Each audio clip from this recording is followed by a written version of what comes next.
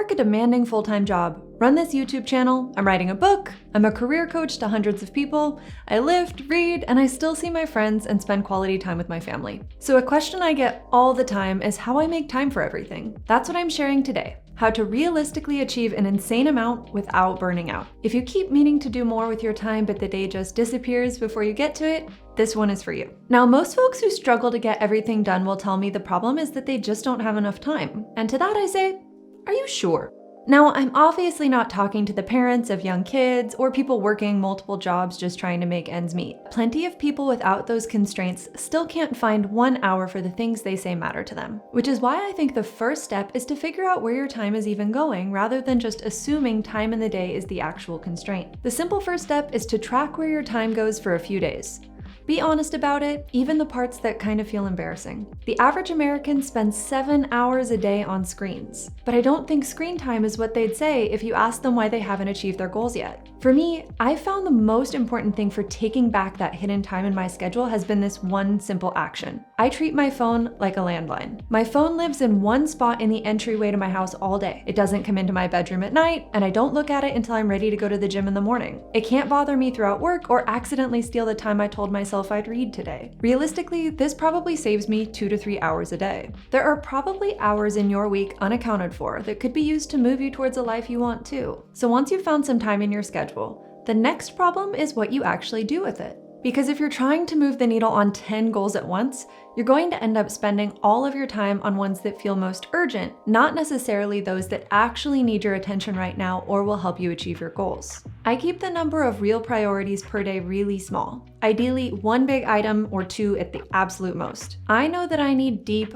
uninterrupted focus periods to actually get anything done. You'd be surprised how much you can do if you deeply focus on a single task for just 2 to 4 hours a day. The trick here is figuring out how to say no to all the little stuff. Because if everything's a priority, then nothing is, and we end up just spinning our wheels for weeks without accomplishing anything real. If you're a student or self-employed, this takes practice and discipline to identify and commit to the single most important task at any given moment. If you work for someone else, this is where you've got to get comfortable pushing back a little bit. Get alignment from your manager on what you're working on when, and ideally set yourself up for success by turning off Slack notifications and putting on some noise-canceling headphones. It feels uncomfortable at first, but you'd be surprised how much you can get away with when your results start speaking for themselves. So pick your few things and protect the time you're working on them. Let the rest slide more than feels comfortable at first and see how far you can really get if you focus. But focus is the key. It's no use picking one priority and not actually being able to make headway on it. The reality for me is that I can only do about 4 hours of deeply focused hard work in a day. That's it.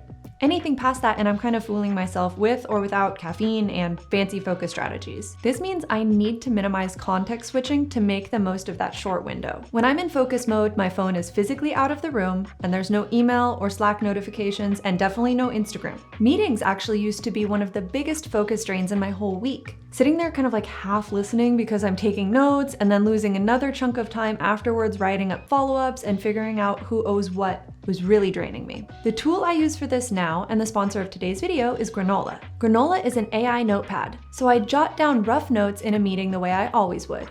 And Granola uses the meeting transcript to turn these messy notes into a clean summary in the background. I use it in my team meetings for my content business, and in interviews I'm doing for my book on machine learning careers. The transcripts are high quality, and the takeaway points are clear and accurate without being too verbose. It works off of your computer's audio and runs across whatever you use for calls. So all I do is give the person I'm interviewing a heads up, and we're off to the races. So here's what that actually looks like. During the interview, I'm just typing little fragments like half sentences or whatever I would normally scribble down, like a name or a stat someone mentioned, maybe even like a quote I want to come back to. I'm not trying to write down anything clean because I'm actually listening, which is the whole point. Then as soon as we hang up, Granola takes those little notes plus the transcript and turns them into a real summary. Everything I typed stays in black, everything it pulled from the conversation is in gray, so I can see exactly what came from me versus the AI. And if one of its takeaways looks off, I can click into it and it shows me the actual quote it's based on, so I'm never just trusting it blind. But the part I actually really love is the MCP integrations. After an interview for the book, I've set up an automation with Claude and Granola to take the interview transcript, highlight key points for different chapters,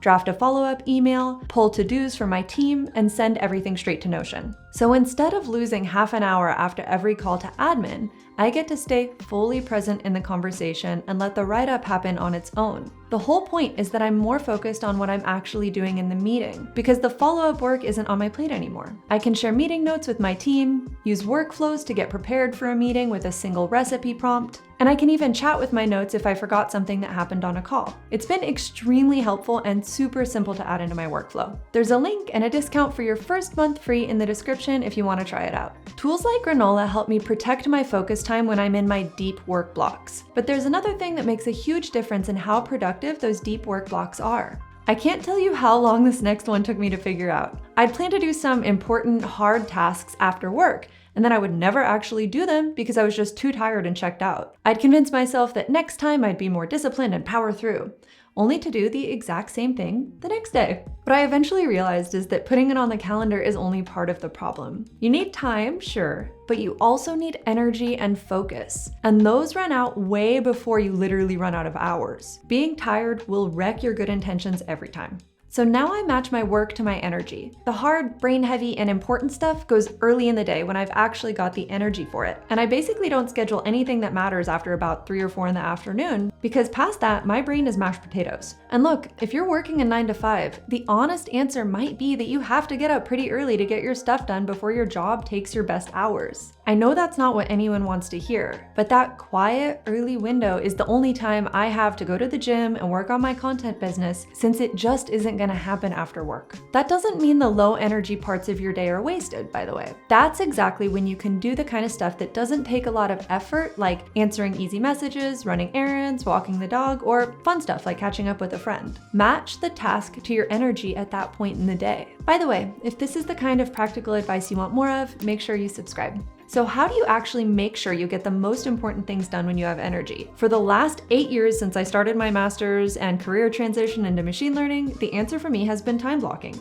I'm sure you've seen this, but the TLDR is that every task I need to do gets a slot on my calendar. This works for a couple of reasons. It teaches you how long things actually take and keeps you honest about how you're really spending your time. It also eliminates decision fatigue completely. I'm not sitting at my desk at 9 a.m. wondering what to work on. I just look at the plan and follow it, most of the time. And for me, the best part is that once it's all blocked out, I can actually relax. I'm not carrying that low-level hum of everything I might be forgetting, because I know it's all there and it will get done. The plan is what lets me stop thinking about it when I'm not working. It doesn't have to be super rigid either. If something comes up, I just move stuff around. You'll still feel confident you'll get it all done because you'll see exactly when it'll happen. One thing I'd add though, especially if you're just starting out with all of this, don't take everything I've covered and try to rebuild your whole schedule overnight. I've done that version where you wake up on Monday and decide you're suddenly a completely different person with a flawless calendar, and it obviously falls apart by the end of the week every time. So just pick like one thing. Maybe it's the phone living in the entryway of your house. Maybe it's doing your hard work in the morning instead of after dinner. Do that one thing until it's automatic and you're not really thinking about it anymore, and then add the next one.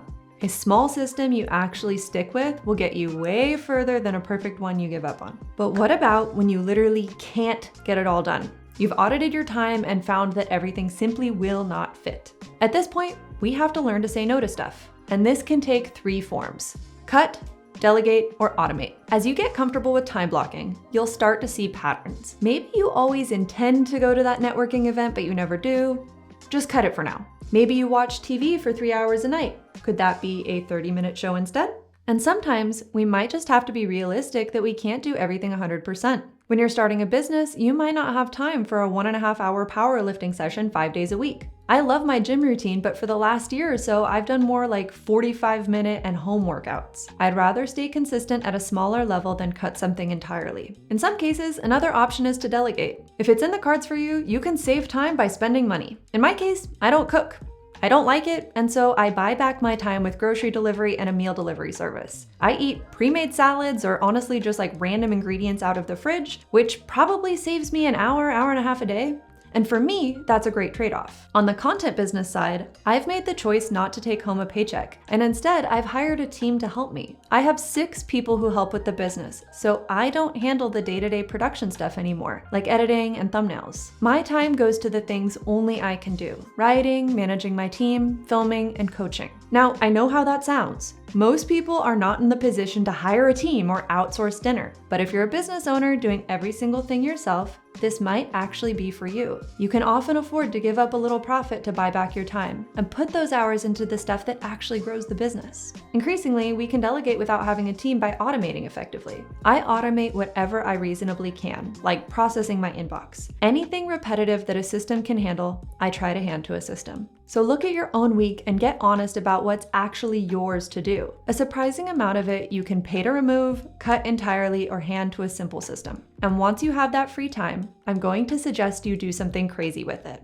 Nothing. Taking some time fully off work is part of what makes the rest of this possible. The full-time job, business, family, social life, everything that matters to me. I'll be honest, I'm bad at this. I try to take a couple hours completely off each week and keep my evenings free for social stuff, but I don't always manage it. But when I do, I come back sharper and I focus way better. Now, if you're wondering how to make the most effective use of your study time, I have a whole video on how I actually remember what I studied. Check that out up next.